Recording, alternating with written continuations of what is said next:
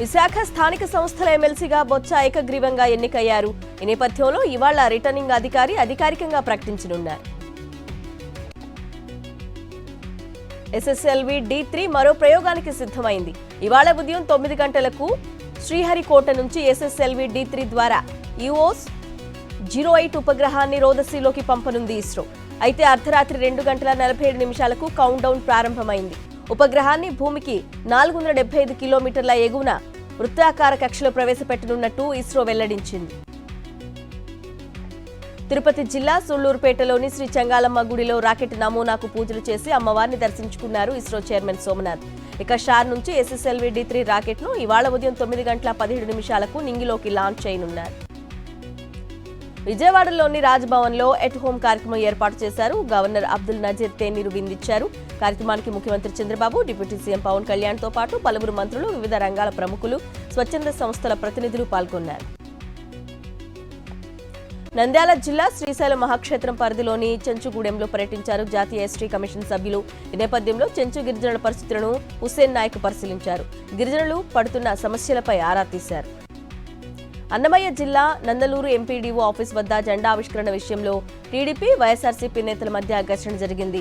తాము రాకముందే వైఎస్ఆర్సీపీ నేతలు జెండాను ఆవిష్కరించారని టీడీపీ నేతలు ఆరోపించారు. తాము రాకుండా జెండాను ఎలా ఎగరవేశారంటూ పరుష పదజాలంతో దూషించారు టీడీపీ నేత మేడా విజయశేఖర్ రెడ్డి. ప్రకాశం జిల్లా గిద్దలూరులో టీడీపీ నేతలు బీజేపీ కార్యకర్తలపై దాడికి పాల్పడ్డారు. విజయవాడకు వెళ్లి పురంధేశ్వరి సమక్షంలో బీజేపీలో చేరిన 3 వ్యక్తులపై సుమారు 15 మంది టీడీపీ కార్యకర్తలు మూకుమ్మడిగా దాడి చేశారు. గాయపడిన వారిని స్థానికులు ఆసుపత్రికి తరలించారు. కర్నూలు జిల్లా ఆదోనిలో కూటమి నేతల మధ్య మాటల యుద్ధం చెలరేగింది. టీడీపీ నేత మీనాక్షి నాయుడు తన మాటే వినాలని దారుణాలకు పాల్పడుతున్నాడని ఎమ్మెల్యే ఆవేదన వ్యక్తం చేశాడు. మీనాక్షి నాయుడు ఒంటెద్దు పోకడలకు పోతున్నాడని, టీడీపీ కార్యకర్తలను రెచ్చగొడుతున్నాడంటూ ఫైర్ అయ్యారు టీడీపీ ఎమ్మెల్యే. కాకినాడ జిల్లాకు చెందిన అటవీశాఖ అధికారి భరణి సాహసం చేసింది. యూరప్లో అతి ఎత్తైన మౌంట్ ఎల్బ్రూస్ పర్వతాన్ని అధిరోహించారు. పర్వతంపై భారత త్రివర్ణ పతాకాన్ని రెప్పరెపలాడించారు భరణి. తెలంగాణ సీఎం రేవంత్ రెడ్డి ఢిల్లీకి వెళ్లారు. హైకమాండ్ పెద్దలను రేవంత్ కలవనున్నారు. ఇక PCC చీఫ్ నామినేటెడ్ పదవుల భర్తీపై హైకమాండ్తో రేవంత్ రెడ్డి చర్చించనున్నారు. తెలంగాణ రాజ్ భవన్లో ఎట్ హోమ్ కార్యక్రమం జరిగింది. రాష్ట్ర గవర్నర్ జిష్ణుదేవ్ వర్మ రాజ్ భవన్లో తొలిసారిగా ఎట్ హోమ్ కార్యక్రమం నిర్వహించారు. గవర్నర్ ఇచ్చిన తేనీరు విందుకు సీఎం రేవంత్ రెడ్డి హాజరయ్యారు. అధికార ప్రతిపక్ష పార్టీ నేతలు, పలువురు నాయకులు, ప్రభుత్వ అధికారులు పాల్గొన్నారు. సీఎం రేవంత్ రెడ్డి వ్యాఖ్యలపై ఫైర్ అయ్యారు హరీష్ రావు. సీఎం స్థాయికి తగ్గట్టు రేవంత్ రెడ్డి ప్రవర్తించడం లేదంటూ ట్విట్టర్లో పోస్టు చేశారు. ఇంతలా దిగజారిన సీఎం ఎవరూ లేరని, దేవుళ్ల మీద ఒట్టు పెట్టి కూడా మాట మీద నిలబడలేదన్నారు. నిస్సిగ్గుగా బీఆర్ఎస్ పైన, తనపైన చవాకులు పేల్చారంటూ ఎక్స్లో పోస్ట్ చేశారు హరీష్.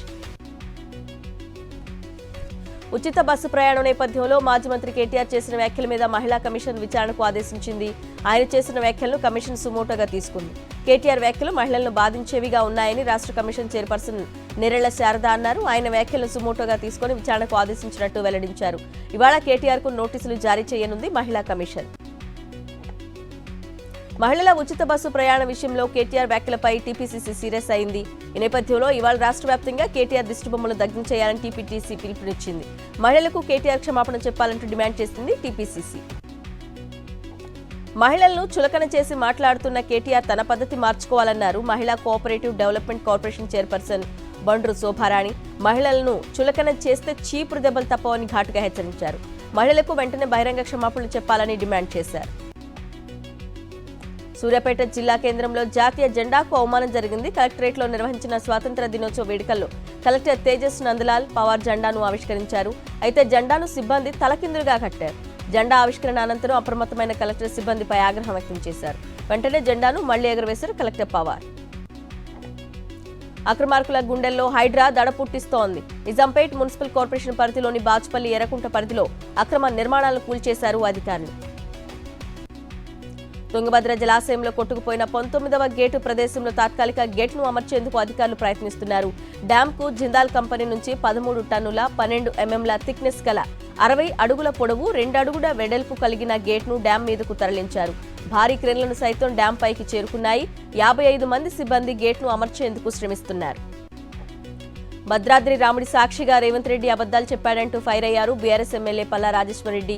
కాంగ్రెస్ అధికారంలోకి వచ్చాక 30,000 ఉద్యోగాలు కాదు, కనీసం 30 ఉద్యోగాలు కూడా ఇవ్వలేదంటూ విమర్శించారు. ఇక రైతు రుణమాఫీకి 31,000 కోట్లు ఇచ్చామని అబద్దాలు చెప్తున్నారని మండిపడ్డారు. హైదరాబాద్ కుత్బుల్లాపూర్లో భారీ వర్షం కురిసింది. గండి మైసమ్మ, ప్రగతి నగర్, సుచిత్ర, చింతల పరిసరాల్లో ఒకసారిగా వర్షం కురవడంతో వాహనదారులు తీవ్ర ఇబ్బందులు పడ్డారు. ఇక భారీ వర్షం పట్టడంతో పలుచోట్ల రోడ్లపై వర్షం నీరు నిలిచి చెరువులను తలపించింది. మేడ్చల్ జిల్లా కుత్బుల్లాపూర్లో పలుచోట్ల ఎస్ఓటీ పోలీసులు తనిఖీలు చేశారు. లక్ష్మీనగర్ కాలనీలో ఎక్స్పైర్ అయిపోయిన మసాలాలతో తినుబండారాలను తయారు చేస్తున్న జీపీ ఫుడ్స్ కంపెనీలో తనిఖీలు చేపట్టారు. ఎక్స్పైర్ డేట్ అయిపోయిన 1.20 లక్షల విలువైన మసాలాలను గుర్తించి సీజ్ చేశారు. నిర్వాహకుడు దశరథపై కేసు నమోదు చేశారు పోలీసులు. హన్మకొండ జిల్లా వనమల కనపర్తి గ్రామ శివార్లో రేషన్ బియ్యం పట్టుబడింది. టాటా ఏస్ వాహనంలో అక్రమంగా తరలిస్తున్న 25 క్వింటాల రేషన్ బియ్యాన్ని పోలీసులు పట్టుకొని ఇద్దరిపై కేసు నమోదు చేశారు. ఉమ్మడి పౌర స్మృతిపై ఎర్రకోట నుంచి కీలక ప్రకటన చేశారు ప్రధాని మోదీ. దేశంలో సెక్యులర్ సివిల్ కోడ్ తీసుకురావాల్సిన టైం వచ్చిందన్నారు. మతం ఆధారంగా మనుషుల్ని విభజించే కమ్యూనల్ సివిల్ కోడ్కు చర్మగీతం పడాల్సిన సమయం ఇదేనని తేల్చి చెప్పారు. సివిల్ కోడ్పై దేశవ్యాప్తంగా విస్తృత స్థాయిలో చర్చ జరగాలని పిలుపునిచ్చారు ప్రధాని మోదీ. ఢిల్లీలోని రాష్ట్రపతి భవన్లో ఎట్ హోమ్ కార్యక్రమం ఘనంగా జరిగింది. కార్యక్రమానికి రాష్ట్రపతి ద్రౌపది ముర్ము, ఉపరాష్ట్రపతి జగదీప్ ధన్కర్, ప్రధాని నరేంద్ర మోదీ, లోక్సభ స్పీకర్ ఓం బిర్లా, పలువురు కేంద్ర మంత్రులు, వివిధ రంగాల ప్రముఖులు హాజరయ్యారు. అతిథులుగా విచ్చేసిన వారికి స్వాగతం పలికారు రాష్ట్రపతి ముర్ము. ఈ సందర్భంగా నిర్వహించిన తేనీరు విందు సందడిగా సాగింది. చైనాకు ముచ్చెమటలు పట్టిస్తున్న అగ్ని క్షిపణి పితామహుడు ఆర్ఎన్ అగర్వాల్ కన్నుమూశారు. వయో సంబంధిత సమస్యలతో పోరాడుతూ మృతి చెందినట్లు తెలుస్తోంది. రాజస్థాన్లోని జైపూర్లో జన్మించిన ఆయన 1983లో లాంచ్ అయిన అగ్ని ప్రోగ్రాంలో విశేష సేవలు అందించారు. అగ్ని మిసైల్స్ కు తొలి ప్రోగ్రాం డైరెక్టర్ గా పనిచేశారు. ఆయన్ను ఫాదర్ ఆఫ్ అగ్ని మిసైల్ గా పిలుస్తారు. జమ్మూ కశ్మీర్లో క్లౌడ్ బరస్ట్ బీభత్సం సృష్టించింది. కుల్గాం జిల్లాను మెరుపు వరదలు ముంచెత్తి రోడ్లు, వంతెనలు ధ్వంసమయ్యాయి. ఈ ఆకస్మిక వరదలకు 1 ప్రాణాలు కోల్పోగా 3 గాయపడ్డారు. కుల్గాం జిల్లాలోని దమ్హాల్, పాంజిహోరా ప్రాంతంలో క్లౌడ్ బరస్ట్ సంభవించింది. బందిపోరా జిల్లాలోనూ పలుచోట్ల క్లౌడ్ బరస్ట్ జరిగినట్టు అధికారులు వెల్లడించారు. బెంగాల్లో ట్రైనీ డాక్టర్పై అత్యాచార ఘటన దేశవ్యాప్తంగా ప్రకంపనలు సృష్టిస్తోంది. దారుణం జరిగిన కోల్కతాలోని ఆర్జీ కార్ మెడికల్ కాలేజ్ హాస్పిటల్పై దాడి కలకలం రేపింది.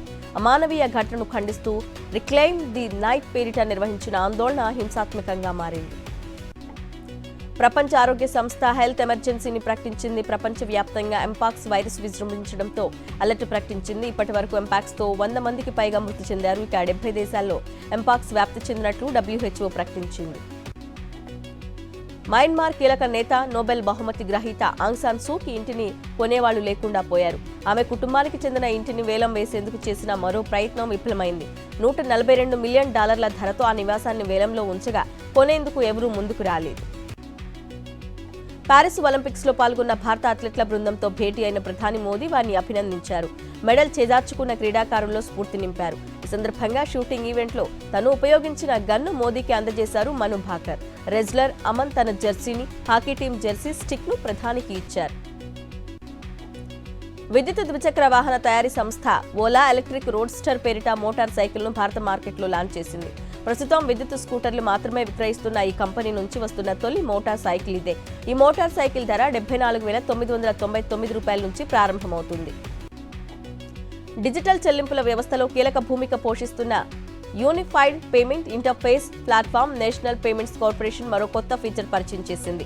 బ్యాంకు ఖాతా లేకున్నా ఒకరి యూపీఐ అకౌంట్ను వేరొకరు వాడుకునేలా యూపీఐ సర్కిల్ పేరిట కొత్త ఫీచర్ను తీసుకొచ్చింది.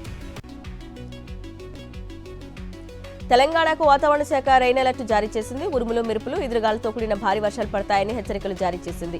ఈ క్రమంలో పలు జిల్లాలకు ఆరెంజ్, ఎల్లో అలర్ట్ జారీ చేసింది. రాష్ట్రంలో వచ్చే 2 రోజుల పాటు భారీ నుంచి అతి భారీ వర్షాలు కురిసే అవకాశం ఉందని ఐఎండీ ప్రకటించింది.